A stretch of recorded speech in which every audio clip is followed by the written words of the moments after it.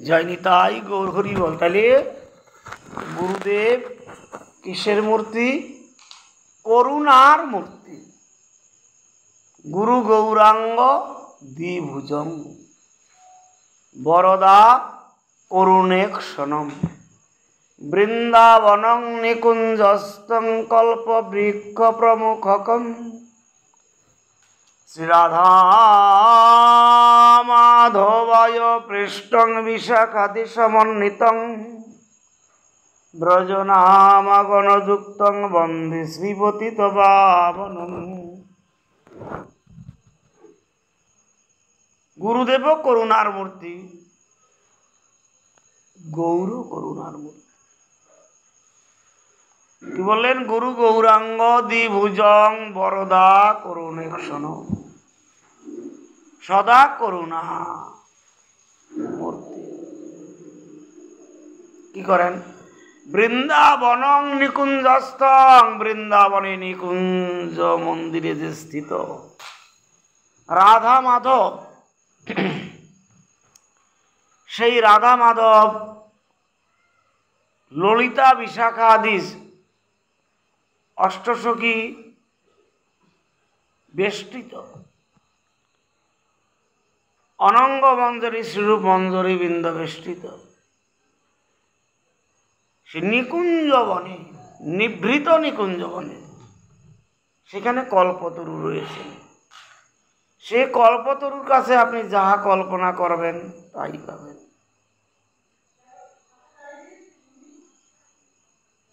বললেন বৃন্দাবনং নিকুঞ্জস্তং কল্পবৃক্ষ প্রমুখকম, এরা ছিল, প্রত্যেকে ছিলেন। রাধা মাধবায় পৃষ্ঠং বিশাখাদি সমন্বিতং, তারাও ছিলেন। ব্রজনামগণযুক্তং বন্দে শ্রীপতিতপাবনম। কে ইনি? ইনি হচ্ছেন আমার গৌর হরি। এই পাখা লাগবে না। এই গৌরকে ভজনা করলে রাধা মাধবকে ভজনা করা হয়। রাধা মাধব তো গৌর, আর এই গৌরই রাধা মাধব, রাধা মাধব ওই গৌর। গৌরকে যদি ভজনা না করি, কলিযুগের যুগ অবতার টিকে না।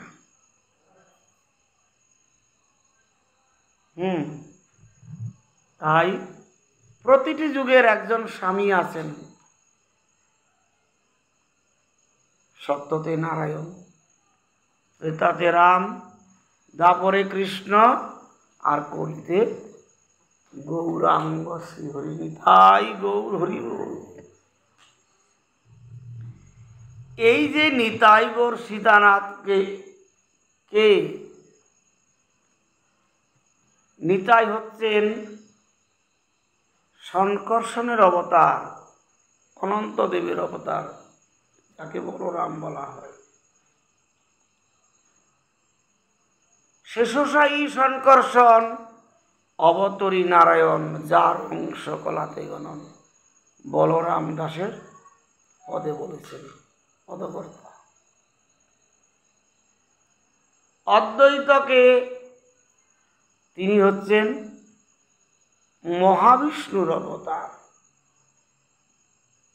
প্রত্যেকেই মহাপ্রভুর চরণ সেবা করেন, কিন্তু নিতাই চাঁদ প্রভু যেহেতু ভগবানের অবতার,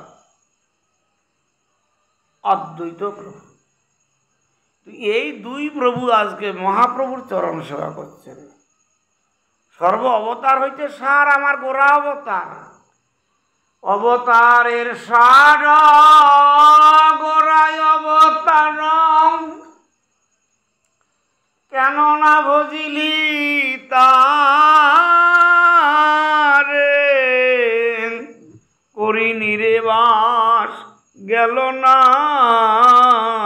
তুইয়াস, আপন করম হেরে। গোরা অবতার সকল যুগ অবতার হইতে শ্রেষ্ঠ। নারায়ণ চতুর্বিংশ মৎসাধ্য অবতার, যুগ মন্বন্তর অবতার আদি যত আছে আর সব আসি কৃষ্ণাঙ্গে হয় অবতীর্ণ। ওই সে অবতারে কৃষ্ণ ভগবান পূর্ণ নিতাই গৌর হরি বল। অবতার বলতে কি বুঝলো? ভগবানের অবতার যারা আসেন যুগকে শোধন করবার জন্য।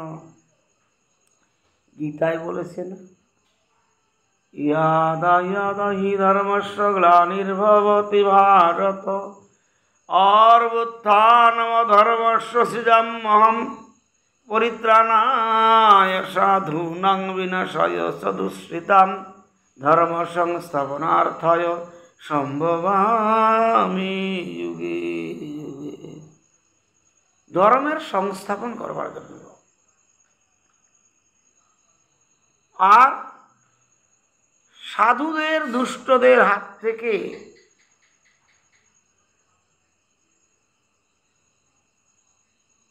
উদ্ধার করে আনার জন্য, পরিত্রাণ মানে উদ্ধার, আর দুষ্কৃতিকারীদের বিনাশ করবার জন্য, দস্যুদের বিনাশের জন্য, আর ধর্মকে স্থাপন করার জন্য, যুগের ধর্ম। মহাজন পদকর্তা বলেছেন না, সেসব যুগের আচার বিচার সেসব এখন রাখ, কলিযুগ অবতার গোড়ায় অবতার, যুগের ধর্ম দেখো। যুগের ধর্ম দেখতে হবে। সেই গৌর আমার সাক্ষাৎ রাধাকৃষ্ণ। রাধাকৃষ্ণ মিলিত তনু, নন্দসুত বলি যারে ভাগবতে গায়। নন্দসুত কে? শ্রীকৃষ্ণ। বলে ভাই সেই কৃষ্ণ অবতীর্ণ চৈতন্য গোসাই, তিনিই চৈতন্য গোসাই। তাই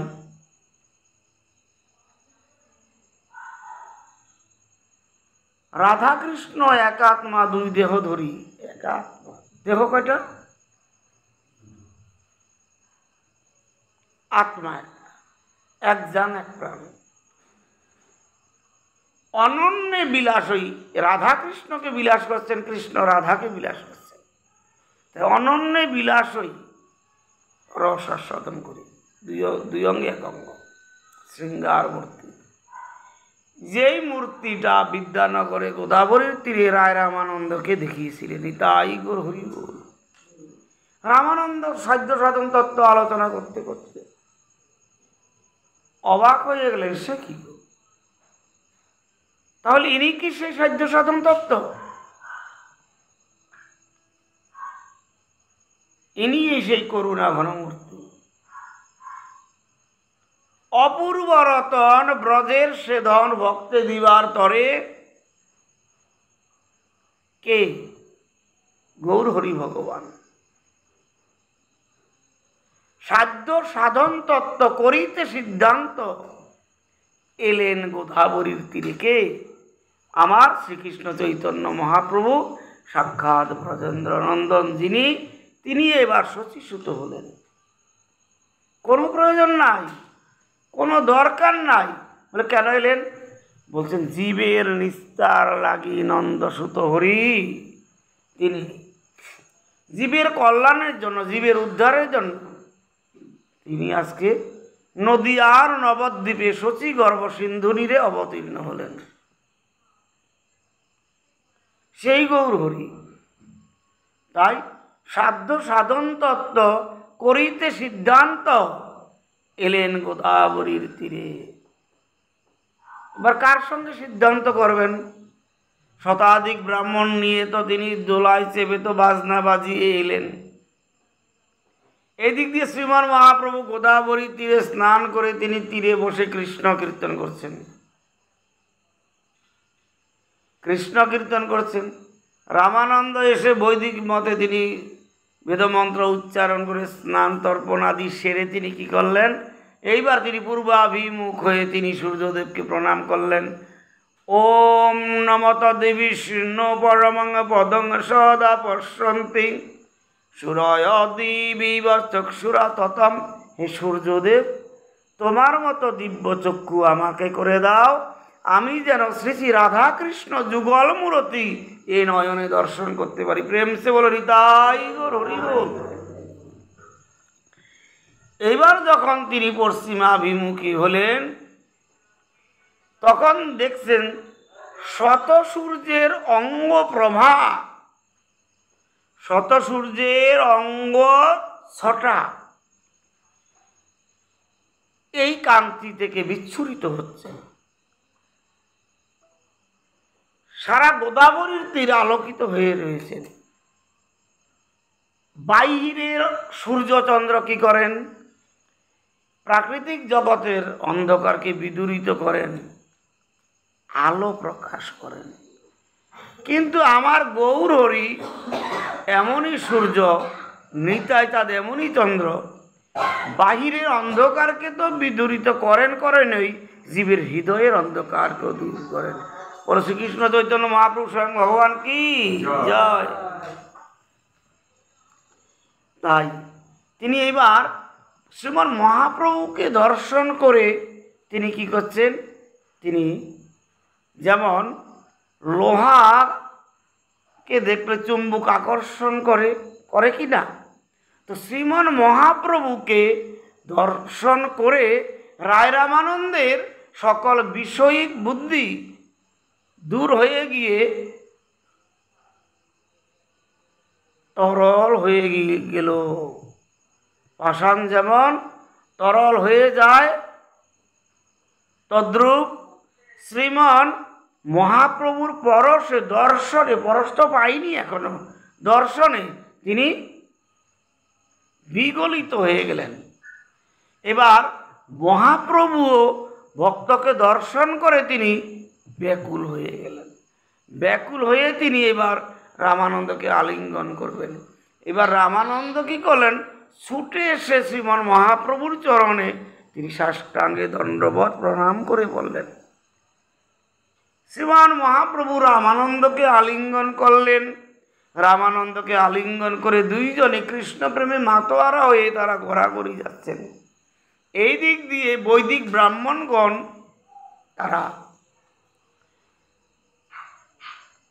তারা ইতিউতি তাকিয়ে তারা ঠাড়াঠাড়ি করছেন। কেউ বলছেন এ তো সন্ন্যাসী দেখি সূর্য সম, শূদ্রে আলিঙ্গিয়া কেন করেন ক্রন্দন। সন্ন্যাসীদের তো শূদ্রকে স্পর্শ করার বিধি না। তাই আর ইনি তো বৈষয়িক মন্ত্রী, রামানন্দ হচ্ছেন মন্ত্রী, তাই ইনি বা সন্ন্যাসীর পরশ পেয়ে ইনি কেন কখনো হাসেন, কখনো কাঁদেন, কখনো দুলায় ঘোরাঘুরি যান। তাই গৌর হরি বল। কেন? তাই শ্রীমান মহাপ্রভু ভগবান হয়েও বিধি মার্গের বিচারকে তিনিও ভয় পেয়েছিলেন শ্রীমান মহাপ্রভু। তাই তিনি কি করলেন? ভাব সম্বরণ করলেন। ভাব সম্বরণ করে তখন তিনি বলছেন তুমি এবার আসো, আমি এবার আসি, সন্ধ্যার সময় এসে আমার সঙ্গে সাক্ষাৎ করবে।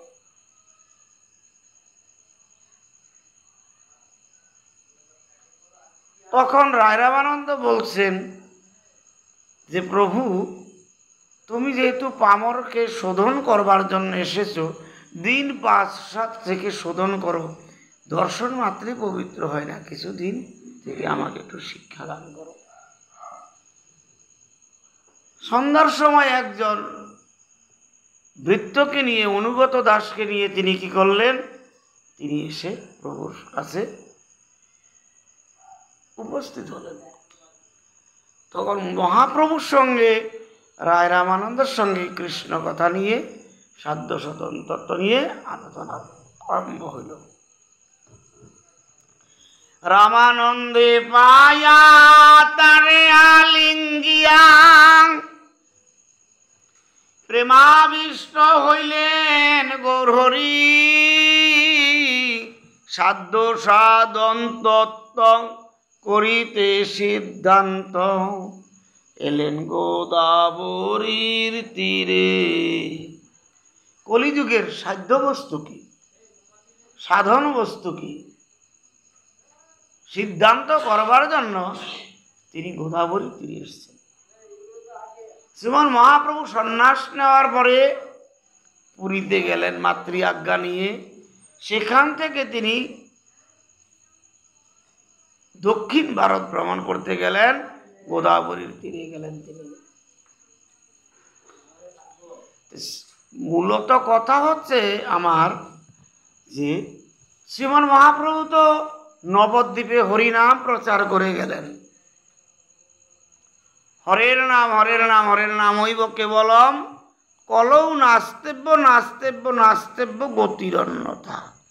হে জীব, হরিনাম কর, হরিনাম কর, হরিনাম বিনে কলিযুগের জীবের অন্য কোনো গতি নাই নাই নাই। তাই তাই যদি হবে, নাম প্রেম প্রচার করে গেলেন, হরে কৃষ্ণ মহামন্ত্র প্রচার করে গেলেন।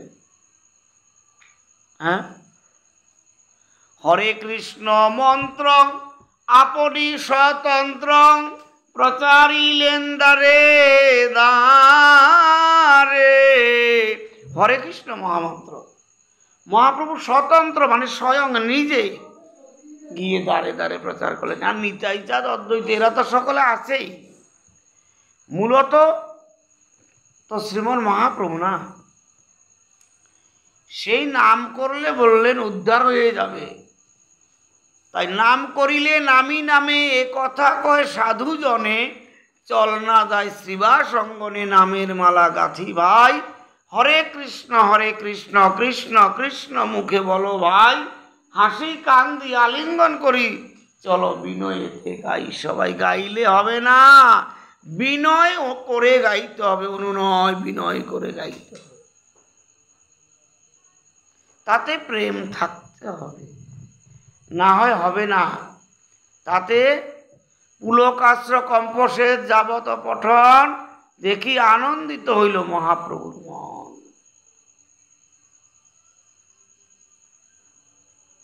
তাই শ্রীমন মহাপ্রভু তিনি এইভাবে হরিনাম বিতরণ করে গেলেন সারা নবদ্বীপে প্রত্যেককে।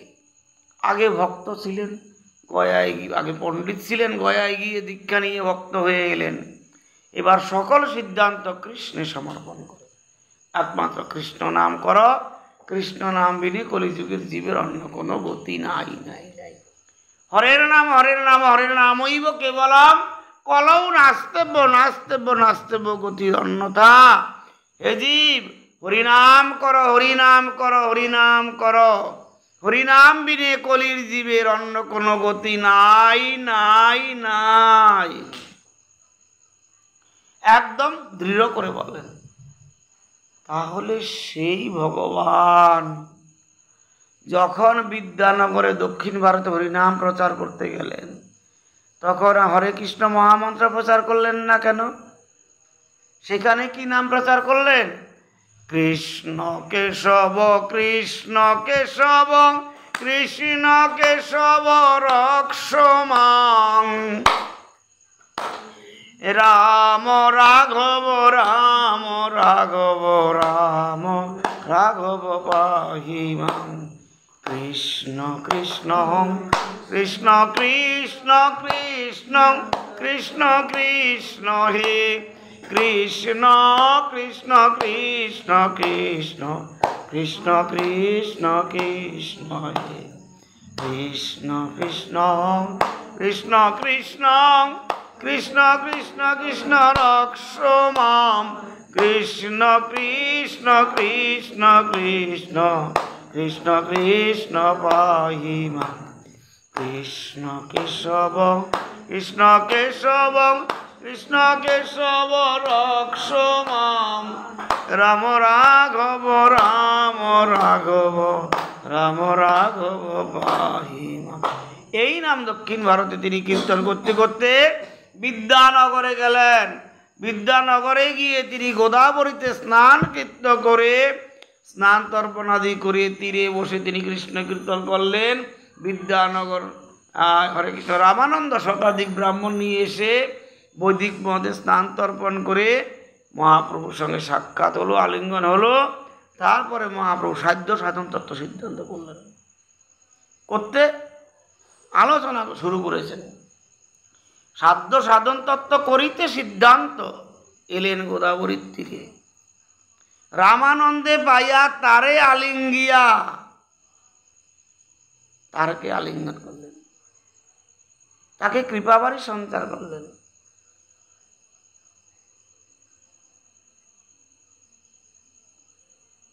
সাধ্য সাধন তত্ত্ব, তাহলে সাধ্য সাধন তত্ত্ব রামানন্দের কাছে মহাপ্রভু জানতে চাইলেন কেন? তিনি তো স্বতন্ত্র ঈশ্বর, স্বয়ং ভগবান না।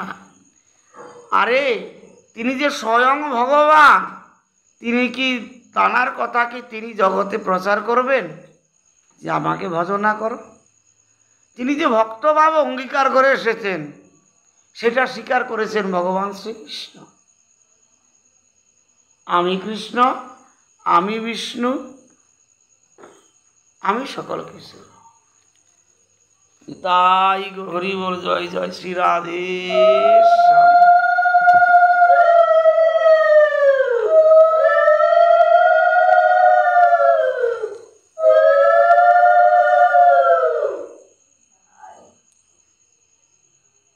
তাই তিনি সাধ্য সাধন তত্ত্ব বিচার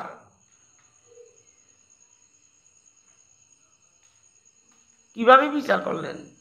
সাধ্য বস্তু সাধন বিনে পাওয়া নাহি যায়, কৃপা করি কহ রায় পাওয়ার উপায়। নিতাই গৌর হরি বল। সাধ্য বস্তু সাধন বিনে পাওয়া যায় না, পাওয়া যাবে? হ্যাঁ, সাধনা করতে হবে। সাধনা মানে কি? ভগবানকে পাওয়ার প্রস্তুতিটি জানতে হয়, কিভাবে, পদ্ধতিটি জানতে হয়। এটাকে বলে সাধন প্রস্তুতি। এই সাধন প্রস্তুতিটি জানতে হয়, সাধনা পদ্ধতি জানতে হয়, সাধন প্রক্রিয়া জানতে হয়, সাধনার নীতি জানতে হয় শ্রী গুরুর চরণে। তাই কি বললেন? আশ্রয় লইয়া ভজে তারে কৃষ্ণ, নাহিতে যে আর সব মরেও কারণ। আশ্রয়, কার আশ্রয়? গুরুর চরণ আশ্রয়। আশ্রয় গুরু পদাশ্রয়, বৈষ্ণব উদ্দীপনাশ্রিত প্রবর্তর সাধকং সিদ্ধি ক্রমাৎ পঞ্চবিধাশ্রয়। পাঁচটি আশ্রয় নিয়ে ভগবানকে ভজনা করতে হয়। ভগবানকে ভজনা করতে গেলে পাঁচটি মার্গ দেখিয়ে গেলেন: শান্ত, দাস্য, সখ্য, বাৎসল্য, মধুর।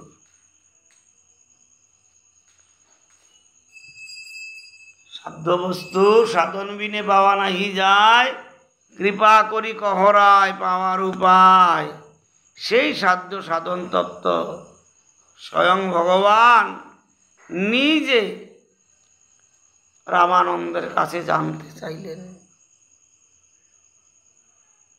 রামানন্দ বলছেন, প্রভু আমি পাবো কোথায়? আমি তো একটা বৈষয়িক রাজা, বিষয়ে সবসময় চিন্তা, কৃষ্ণ চিন্তা তো মোটেও অন্তরে নাই। কিন্তু রামানন্দের বুঝি না, ইনি তো ব্রজের বিশাখা সখী না, এনার কাছে তো সকলেই রয়েছেন। রাধারানীর প্রিয় সখী না ললিতা বিশাখা? তাহলে করি করায় পাওয়ার উপায়। এবার প্রভু বলেন, রামানন্দ বলো বলো বলো। বলে কি করে বলবো প্রভু? আরে প্রভু যে রামানন্দের ভিতরে কৃপাবাড়ি সঞ্চার করে রেখেছেন। কৃপাবাড়ি কি করে সঞ্চার করে জানো? হ্যাঁ, জানো কি করে কৃপাবাড়ি সঞ্চার হয়? তুমি বলো। সমুদ্র থেকে জল যখন বাষ্প হয়ে যখন মেঘরূপে পরিণত হয় না আকাশে, সারা আকাশেই তো মেঘ দেখা যায় কি না? সমুদ্র থেকে যে জলটি যে বাষ্প হয়ে যে মেঘরূপে পরিণত হয়, সেই জলটি কি জল? সমুদ্রের জল কি মিষ্টি না নোনা? নোনা জল। সেই জলটিকে এবার যখন আকাশে মেঘরূপে পরিণত হয়, সেখানে ফিল্টার হয় মেশিন, তাই না? এবার যখন বর্ষণে জলটি যখন সমুদ্রে পতিত হয়, তখন সমুদ্রে মিষ্টি জল পড়ে না নোনা জল পড়ে? কি জল পড়ে? মিষ্টি জল। ওর বাবা, এই নিয়ে তো জানে দেখি সর্বনাশ। জয় রাধে, জয় রাধে। তাহলে ভগবান বস্তু নিয়ে এসেছেন, বিষয় তত্ত্ব। কি তত্ত্ব নিয়ে আসলেন? শ্রীকৃষ্ণ কোন তত্ত্ব?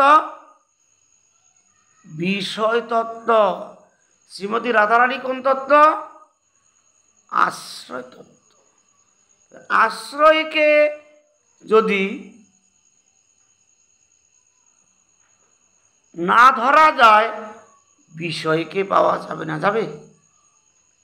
বিষয় তত্ত্ব আশ্রয় মানে একটি পাত্র। রসটি কোথায় রাখবেন? বিষয়বস্তুটি পাত্রে, তাই না? সে পাত্রটা হচ্ছে কে?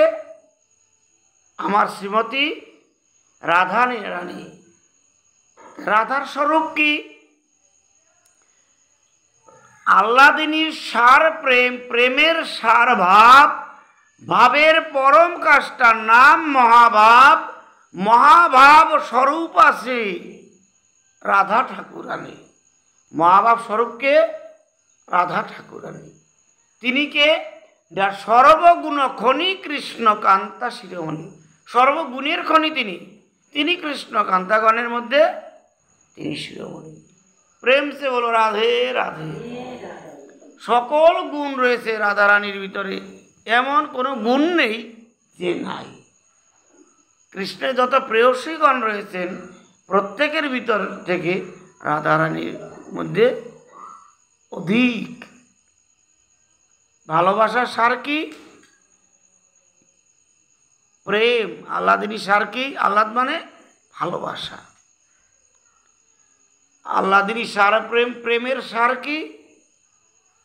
ভাব। এবার ভাবের আবার পরাকাষ্ঠা হচ্ছে মহাভাব। যেমন ইক্ষুদণ্ড থেকে ইক্ষুদণ্ডকে পেষণ করলে রস নির্গত হয়, হয় না? রসকে এবার জ্বালালে কি হয়? রস থেকে সর করা হয়, মানে চিনি। এবার চিনিকে আবার পেষণ করলে কি হয়? মিশ্রি হয়, হয় না? তদ্রূপ কৃষ্ণ প্রেমের এই রকম ভাব। আহ্লাদিনীর সার ভালোবাসার সার প্রেম, প্রেমের সার ভাব, ভাবকে আবার জ্বালালে কি হয়? মহাভাব। এই মহাভাবের স্বরূপকে শ্রীমতী রাধা ঠাকুরানী। নিতাই গৌর হরি বল। বলো রাধা রানী কি? হইল না কিন্তু জোরে বলো রাধা রানী কি? বলো জয় জয় শ্রী রাধে শ্যাম। নিতাই গৌর হরি বল। সেই রাধা হচ্ছেন মধুর তত্ত্ব। মধুর তত্ত্ব আবার দুই ভাগে, তিন ভাগে বিভক্ত। কিরকম? ব্রজে রাধারানী এবং দ্বারকায় মহিষীগণ, বৈকুণ্ঠে লক্ষ্মীয়াদিগণ, এই তিনটি ভাব। কিন্তু ব্রজের যে ভাব, মধুর ভাব, এটা আবার দুভাগে বিভক্ত। কিরকম? এক চন্দ্রাবলী, আর এদিকে হচ্ছেন রাধারানী। রাধারানী হচ্ছেন মধু, চন্দ্রাবলী হচ্ছেন ঘৃত। শুধু মধু খেতে পারবে, শুধু ঘৃত খেতে পারবে? পারবা? ঘৃত খেলে আমাশা হয়ে যাবে না? খালি ঘি খেলে শুধু শুধু মধু আস্বাদন করতে পারবে। মধুর ভাব, একই কান্তা প্রেম। ব্রজের রাধারানী ওই দিক দিয়ে দেখো, বৈকুণ্ঠের লক্ষ্মী এবং দ্বারকার মহিষীগণ, প্রত্যেকেই কিন্তু নায়িকা, আশ্রয় তত্ত্ব। যে আশ্রয়, আশ্রয় আবার বেছে বেছে আশ্রয় নিতে হয়। যেই সেই আশ্রয় নিলে হবে না, যেই সেই গুরুর চরণ আশ্রয় নিলে হবে না। তুমি কোন গুরু করবে? মঞ্জরি গুরু, সখী গুরু, দীক্ষা গুরু, শিক্ষা গুরু, হিসাব রাখতে হবে। তাই ভগবানকে ভজনা করতে গেলে কতগুলো প্রস্তুতি, সাধন প্রস্তুতি জানতে হবে।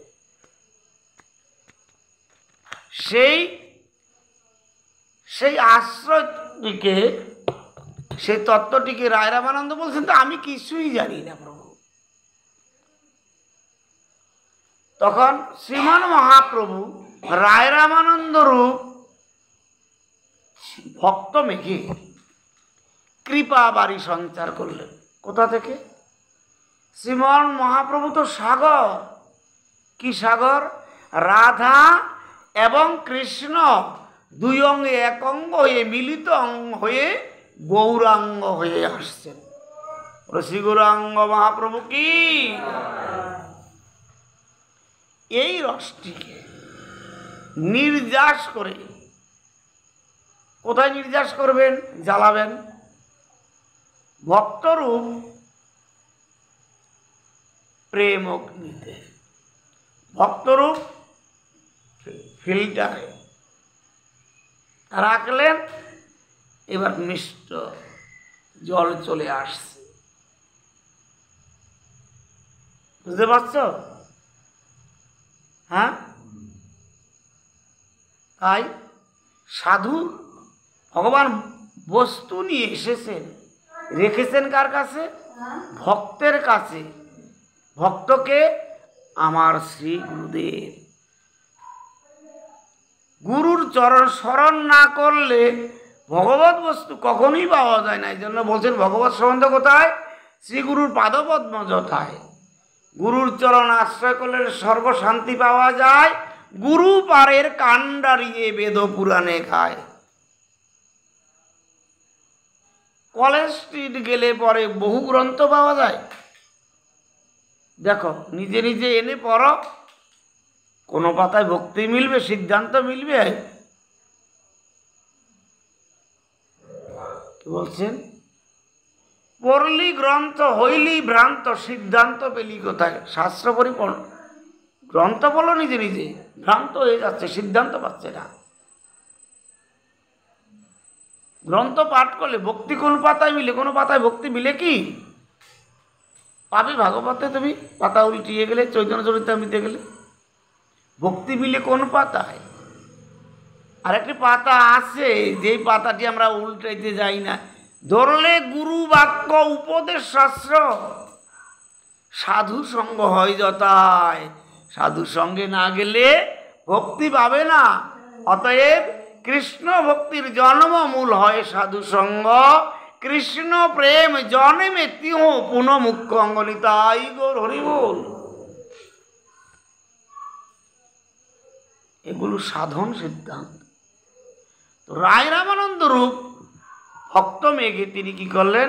কৃপাবারী সঞ্চার করলেন।